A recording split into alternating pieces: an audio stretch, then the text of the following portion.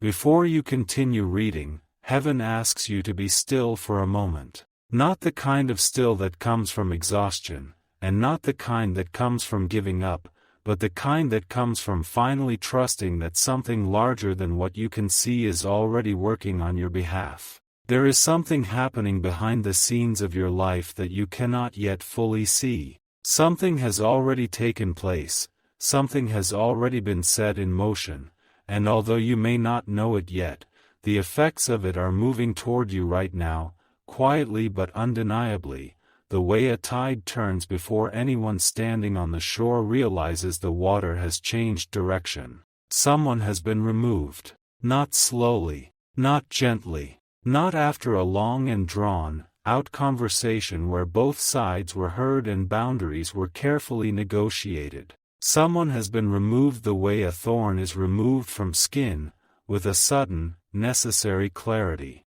Someone who once had access to your soulmate's heart, their attention, their time, their energy, is no longer standing where they once stood. The place they occupied has been cleared. The door they used to walk through has been closed. And what is remarkable about this is not simply that the removal happened, but the reason it happened. The strange part is that this separation did not come from an argument. It did not come from jealousy, or from a misunderstanding, or from the kind of petty falling out that people sometimes recover from and pretend never happened. No, this was different. This was not a break that time and a few kind words could repair. This separation happened because a truth was revealed. A truth so powerful, so undeniable in its weight and clarity, that it permanently shifted the way your soulmate saw not just that person, but everything. The landscape of their inner world changed. What had once seemed stable began to look like the illusion it always was. What had seemed like loyalty revealed itself as interference. What had seemed like love revealed itself as control. And when that kind of truth arrives, there is no going back. For a long time, your soulmate listened to other voices. That is important to understand, because it explains so much of what you may have felt in the waiting. They listened to opinions, to fears, to warnings, to advice that was wrapped in the language of concern but carried something heavier underneath. Some of those people spoke against you. Not always to your soulmate's face, and not always in words that were obviously unkind, but the effect was the same. Your name was placed in a shadow. Your intentions were questioned.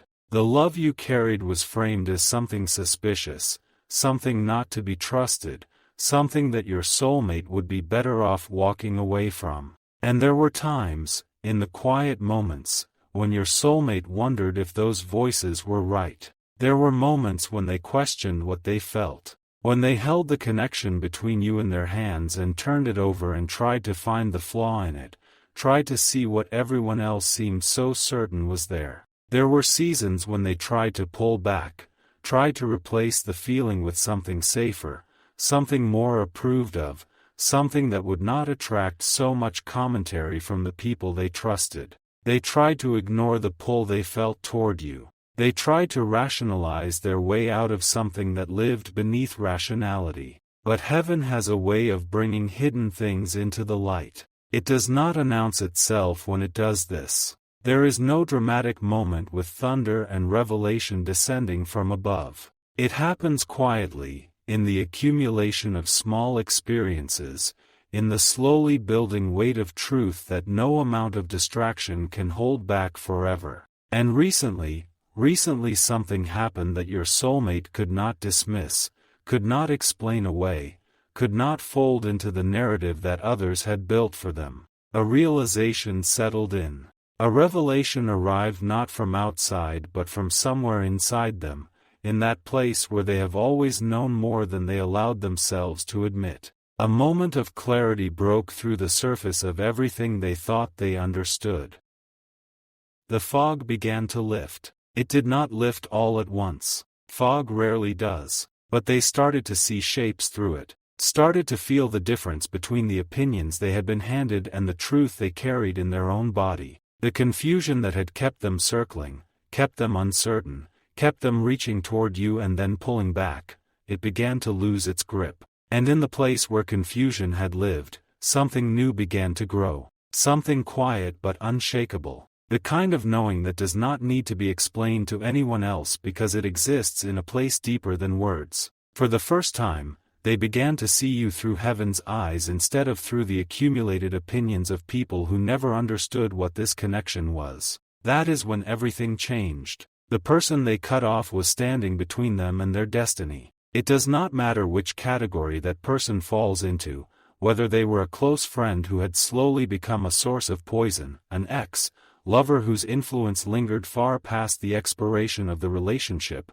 a family member whose fear masqueraded as wisdom, or simply someone who carried a quiet and persistent intention to keep your soulmate's heart in a place of doubt. The category is irrelevant. The result was the same. The connection between that person and your soulmate could not survive the truth. Not after it was revealed. Not once the light got in. Because the truth showed them something they had never fully understood before. It showed them who you really are, not who others said you were, not who fear made you appear to be in the distorted telling of people who did not know your heart, but who you actually are, in the fullness of what you carry, in the depth of what you have endured, in the faithfulness with which you have loved even when love was not returned easily or completely. There have been many misunderstandings surrounding this connection. That is also important to say plainly. Many people judged you without knowing your heart. Many people spoke about you, to your soulmate, to others, in quiet rooms and casual conversations, without understanding your purpose in this story. Many people assumed things about you that were never true, constructed versions of you that served their own comfort or their own agenda, and offered those constructions to your soulmate as if they were facts. But heaven sees what people cannot see. Heaven sees your tears, not just the ones that fell openly, but the ones you held back because there was no one safe enough to receive them. Heaven sees your loyalty, the kind that does not announce itself, the kind that persisted quietly in the background even when it received nothing in return. Heaven sees the battles you fight in silence, the ones that no one around you even knows are happening, the ones that require more strength than anyone who has not fought them can understand. Heaven sees the love you carry even after disappointment has tried to teach you not to, the love that survives the lessons it was never supposed to survive, that outlasts the timelines anyone would have reasonably given it. And heaven has been showing these things to your soulmate, little by little, in the patient and unhurried way that truth moves when it has already decided where it is going. The more they see, the more impossible it becomes to believe the stories others told. The more they understand, the more the distorted lens through which they once viewed you loses its hold. And now that lens has shattered, not cracked, not become slightly less distorted, shattered. The version of you that was built from other people's fears and projections cannot be reassembled. Your soulmate has begun to understand, deeply, not just intellectually, but in the way the body understands something before the mind catches up, that you are not the problem. You are not the obstacle. You are not the complicated thing that needs to be managed or minimized or kept at a careful distance. You are the blessing they almost missed. That realization hit them harder than anyone around them realizes. There is a particular quality to the grief that comes from recognizing how close you came to destroying something beautiful because you trusted the wrong voices. It is not a loud grief. It does not make a scene, but it is thorough. It moves through every room of a person. And your soulmate has been sitting with that grief quietly, turning it over, letting it do what it needs to do, because on the other side of it is something they can feel is worth arriving at. Some nights they cannot stop thinking about you, not in the frantic, anxious way of someone who is unsettled, but in the way of someone who is finally allowing themselves to be honest about what they feel. Some mornings they wake up with your name already present in their mind, before the day has had a chance to fill the space with anything else. Sometimes they find themselves returning to conversations, to moments, to memories they thought they had sealed away and set aside, and those memories are no longer painful the way they used to be. They are something else now. They are evidence. They are confirmation. Your presence follows them. Not because of obsession or compulsion. Not because the universe is being cruel to them by making you impossible to forget, but because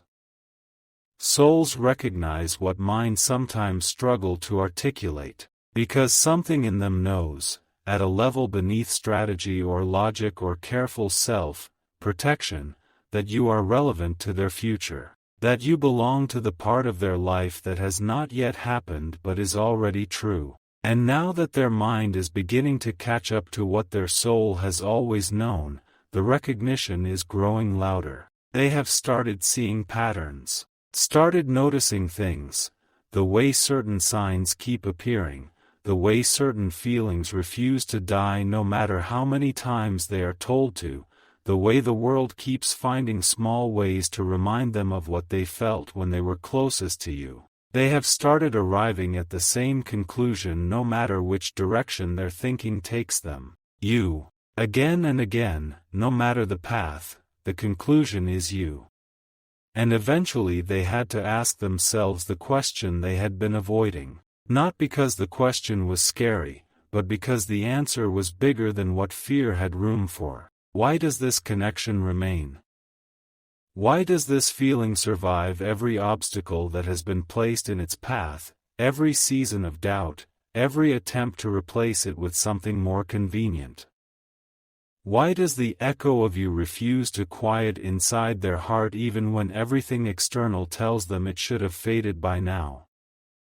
The answer is not complicated. It was never complicated. It only seemed complicated because of all the noise that was placed between them and the truth. Some connections are written before two people ever meet. Not in a way that removes choice, not in a way that excuses anyone from responsibility, but in a way that means the recognition runs deeper than the circumstances. Some stories are set in motion long before either person involved is old enough to read them. Some souls are guided toward one another by a plan so carefully laid that even the obstacles, even the detours, even the seasons of separation, were always part of moving them closer. That is when the deepest truth landed. The truth that caused them to cut someone off. The truth that made them look at you differently, not just more kindly, but more accurately, with eyes that were no longer clouded by second-hand opinion.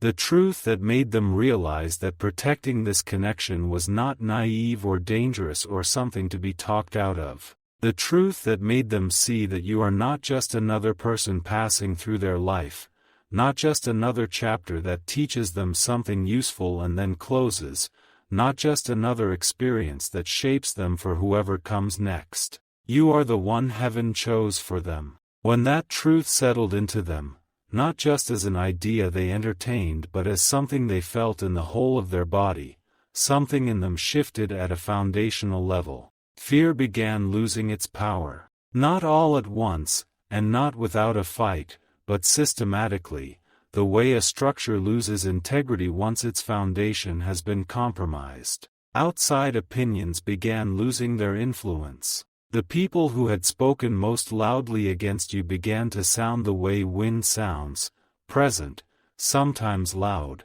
but incapable of changing what is solid. Old attachments began losing their hold, not because your soulmate forced them to let go, but because what was holding those attachments in place had dissolved. When heaven reveals someone's destiny to them, the distractions begin to fall away. Not everyone who was present in the before can walk into the after. Some people were only ever temporary. Some were lessons dressed as relationships. Some were tests that looked like opportunities. And some were obstacles dressed as supporters. But you were never meant to be temporary. You were never meant to be a lesson that led to someone else. You were meant to be significant, to be lasting, to be the kind of presence in your soulmate's life that does not diminish with time but deepens. So if you have felt discouraged during this waiting, do not let that discouragement become your conclusion.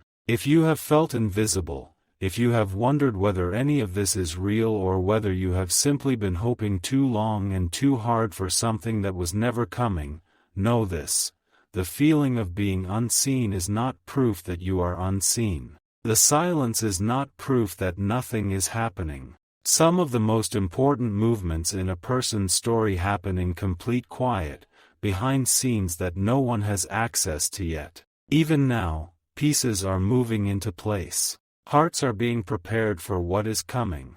Paths are being cleared and aligned in ways that no map could currently show you. And even now, your soulmate is carrying a truth inside them that they can no longer escape, no longer compartmentalize, no longer shelve until a more convenient season arrives. The truth that you are the one heaven chose for them. The truth that you are the love they have been searching for in every wrong place, in every almost right relationship, through every season of wondering why nothing ever quite fit the way it was supposed to. The truth that what they almost let other people talk them out of was, in fact, the most important yes of their life. And this truth is only the beginning.